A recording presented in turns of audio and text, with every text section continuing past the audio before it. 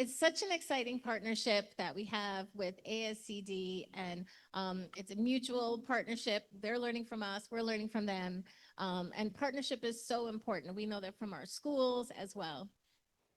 So I want to, several times this week, we've talked about some of our important partners, and I am happy to introduce someone from one of our strong conference partnerships. We want to thank the University of San Diego School of Leadership and Education Sciences. We've mentioned them several times this week, and you're probably wondering what they do. So what we're going to do next is have a chance to learn a little bit more about this institution and to hear from the director of one of its key centers. So we're going to start by watching a video that'll provide some context for their work. And as we have that queued up, you'll get to see our video. In the meantime, perhaps I'll introduce the director of this center. She's going to be speaking following the video. Dr. Niki Elliott serves as director of the Center for Embodied Equity and Neurodiversity at the University of San Diego's School of Leadership and Education Sciences.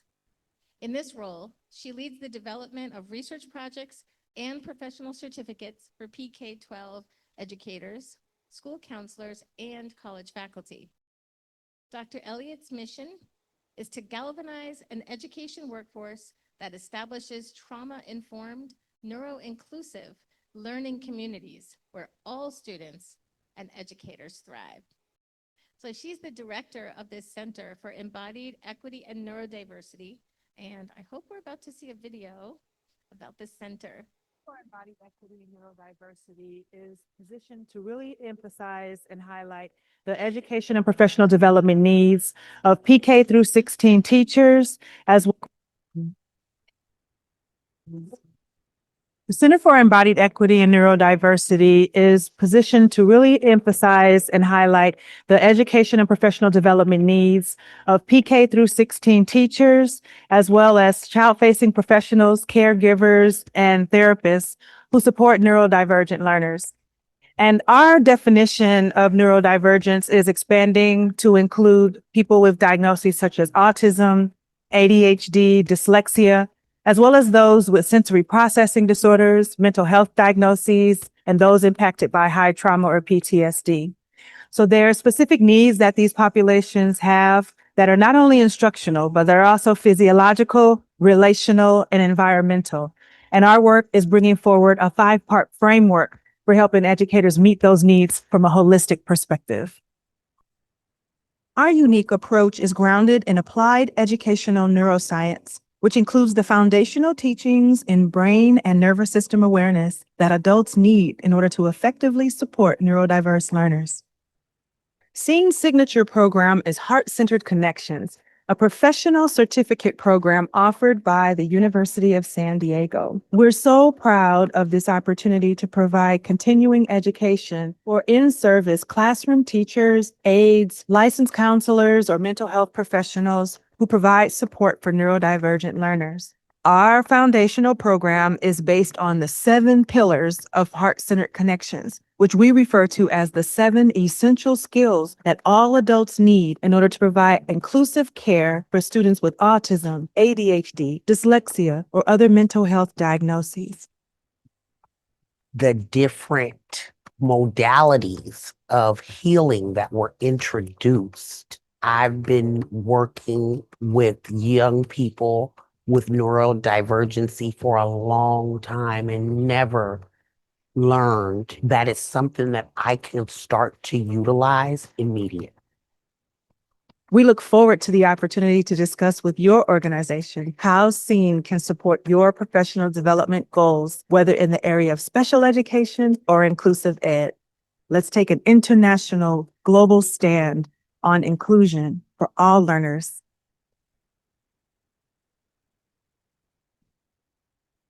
While we're here, we've introduced Dr. Elliott, and I wonder if I could just ask you a few questions about the center. Can you tell us how it started? So the center was founded in 2022, and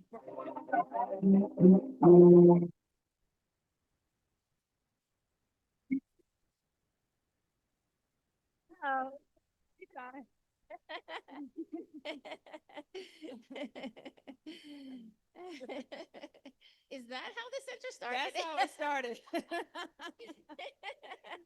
We are going to talk about that. I can just go. Okay. Well, I mean, we have this, maybe we won't need the slides. Okay, All right. all right, very good. Can we roll with it, friends? We can roll with it. Good morning. It is an absolute honor to be here with all of you. I would like to thank Dr. Charles and Dr. Jill and the entire team for ASCD Ghana for this amazing conference and opportunity.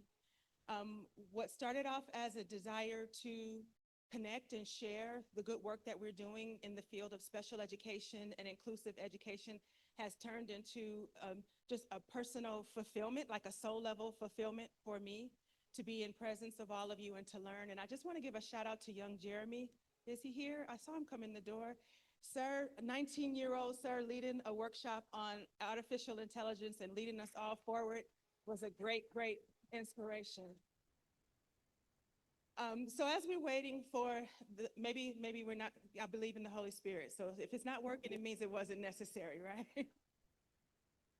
I want to explain to you why I was brought over and recruited to the University of San Diego to build the Center for Embodied Equity and Neurodiversity. I'm a former elementary school teacher. I started off teaching 4th and 5th grade in the elementary ages. And I always, at that time, when I was a young teacher, the older teachers, the veteran teachers, and the Caucasian teachers at the school could offload the students they didn't want to teach to the younger student teachers and to the teachers of color. And so it was in that first year of teaching that I had a classroom full of very bright children, children of color from the Caribbean, from Jamaica, from the Dominican Republic, and African-American students. And it was the first time I got to learn the diversity within our Blackness and really immersing myself in culture. And what people told me, these are behavior problems. These are the kids that nobody wants to teach. And during those first 2 years of teaching, I wasn't the best teacher. I didn't have the strongest curriculum. But to this day now, 30 years later, and I'm dating myself, I still attend the weddings and watch the children being raised of the children who were in my very first class as a teacher. And this is because of the strength of the relationships that I was committed to build, to see them beyond the diagnosis, to see them beyond the reports that were written about them in the files and transcripts that came with them. I saw human beings, I connected with families, and became a part of their lives and their learning, and those children are thriving, doing important things in the world today. And it was from that experience that I have committed my life to education of children who are exceptionally bright, but who may demonstrate mood or behavior or learning challenges that mask the brilliance. It masks the genius. And we treat behaviors while missing our opportunity to mine the genius that is truly within them. And then many years later, fast forward, my family, we adopted a son from foster care. I'm not sure how you would refer to that in Ghana when you adopt a child who was without parents. His mother passed away, and he was born with multiple drug substances, which created neurological damage, and he is diagnosed as what we call neurodiverse or neurodivergent, and has what was diagnosed in the US as an intellectual disability. And we were told, don't expect him to be able to read. Don't expect him to be able to live independently. Don't expect, don't expect, don't expect. And as I'm learning the context here, some of what I hear is similar to in the US, where if it's not your lived experience of raising a child with a diagnosis where they don't fit into the mainstream classroom, then you don't know what it's like for a child or a family to never be invited to participate on a sports team, to never be invited to join clubs and art teams and robotics clubs or after-school programs or summer camps or even Sunday school. That level of marginalization is not known to the general public because those children and their families just disappear. You just don't see us. And you don't know what that costs family life when 100% of a child's socialization and their functioning is absorbed within a family and not within a broader community that can have a chance to mine that child's genius and to cultivate the possibilities that God has really planted in them that is really brought out best within a communal experience. And so it is from my personal lived experience as a mother of neurodivergent children, more than one, as well as my commitment to education that brought me to the University of San Diego to build this center where we specialize in providing professional development. Because what I heard over and over as a parent, and what I continue to hear now as a professor and teacher educator, is sorry, Dr. Niki, we were just never trained to deal with a child like this. I won't ask how many of us have heard it. I won't ask how many of us have said it. But when I saw all this beautiful activity of the Holy Spirit going on around here this morning, am I in the right place with the right people? That's no longer acceptable. So I want to show you how I myself had to unravel my mind from the deficit lens that we have all been indoctrinated with as it relates to the possibilities of neurodivergent children. Now, when I say neurodivergent, you were supposed to get that in the video, but here we go real quick. The term started out in the autism movement to give a positive or strengths-based view of autism. But that diagnosis has now expanded to include more diagnoses like ADHD. How many of y'all have somebody, are somebody? Dyslexia. It's also including now diagnoses around mental health like emotional disturbance, anxiety, depression. And what we also find is now the effects of trauma can create alterations in the brain and nervous system that can mimic neurodiverse diagnosis, primarily ADHD. So it becomes very important for us when we think about trauma-informed education, when we think about SEL, socio-emotional learning, we can't forget that these are not disparate, separate professional development buckets. They really do have an integrated frame if we look at it through a neurological lens, which is why I know last year you had Dr. Zaretta Hammond, who is an idol of mine. She's like my girl crush, intellectual crush, who talked about culturally responsive teaching in the brain. It's so important that we take an applied educational neuroscience lens to look at all of this, to really understand the connections here so that we can all do a better job of providing an effective, inclusive education for neurodiverse learners. So you want to know real quick how I came to switch my mind to an unashamedly positive, strengths-based approach to neurodiversity. So I had, oh, somebody, like, I need the clicker. Please, if you please. Okay, yes, we can go right here, yes. So many years ago, about 20 years ago, I had a medical situation for myself. I'll spare the story on that. But in my journey of healing, I needed to kind of get my brain back online. How many women have given birth and then you feel like your whole brain got scrambled and you couldn't put it back together again? So it was similar to that.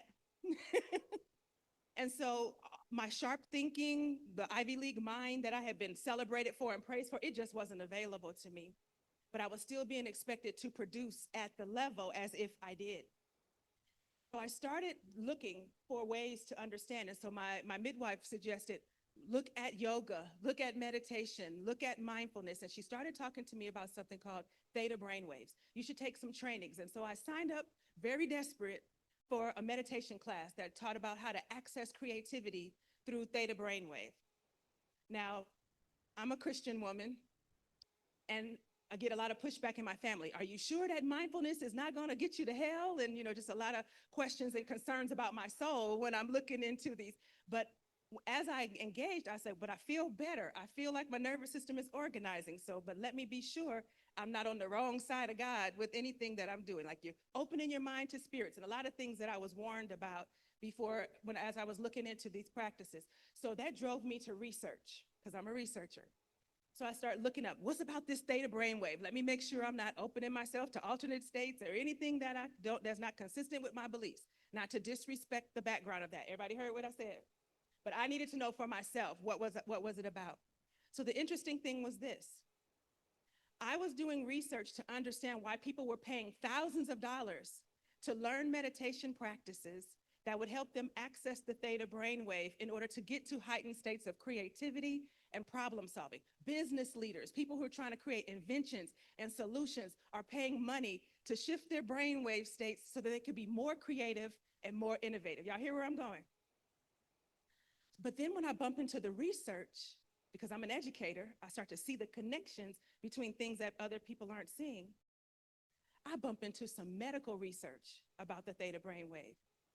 And what the research started showing was that many people with diagnoses of ADHD, anxiety, PTSD, or high ACE scores, which means trauma scores, often demonstrate, what does it say, friends? Excessive what? Theta brainwave activity on brain scans. So you know that piqued my interest.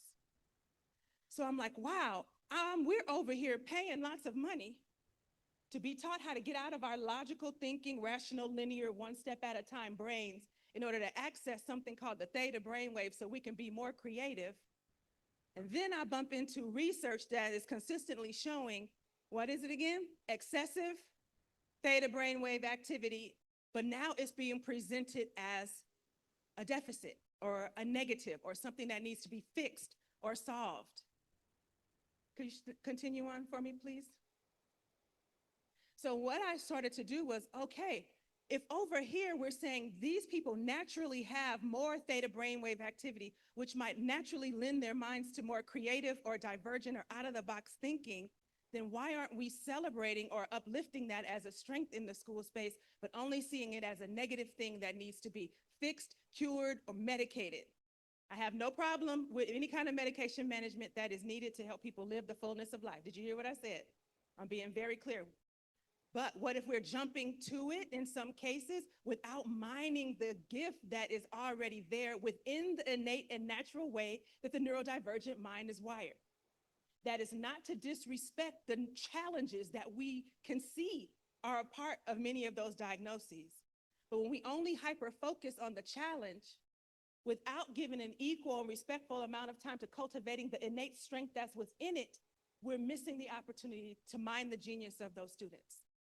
And then the more we marginalize them, the more we exclude them from all of the benefits of society and informal learning spaces, then we push them further and further and further away from opportunity and toward more of the behaviors and the social loss of capital and contribution than we really can benefit and can really afford in our culture.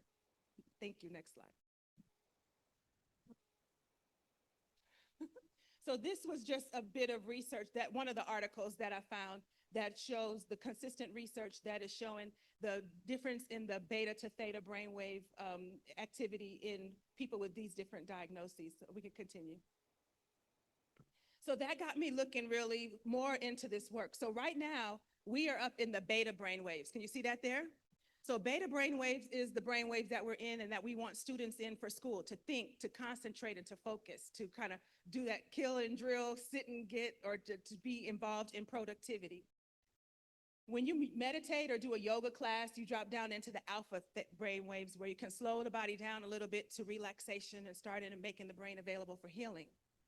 But when we going down even slower and slow the brainwaves down into theta, we have more access to the dream state, visualizations, and creativity, where a lot of that breakthrough out-of-the-box thinking comes from. How many of you find that if you're dream seeding, anybody practice dream seeding? Like you write down something, a problem you have, and then as you're falling asleep, your brainwaves are going from beta through alpha through theta down into the delta sleep brainwaves. You get really great ideas as you're falling asleep. Anybody find that? How many of you find as you're waking up, if you do not grab your phone the second you wake up, as you're waking up, you're coming up from delta, passing through theta, back up into beta, and you get really great ideas. It's a really good idea to keep a journal right next to your bed. So these are ways that the theta brainwave, we would say the Holy Spirit's radio dial is right about there, where you get those insights, those answers to prayers. Now we're saying our babies and the brainwaves are naturally functioning around there. Then what are we missing when we don't actively design inclusive education practices to give them opportunities to use the strengths of that brainwave to be more creative in their work?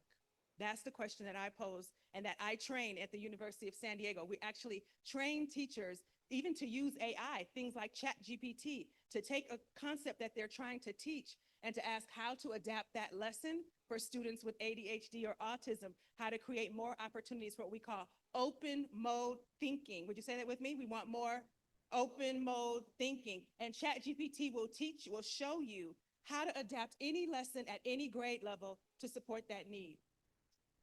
3 minutes? Very good.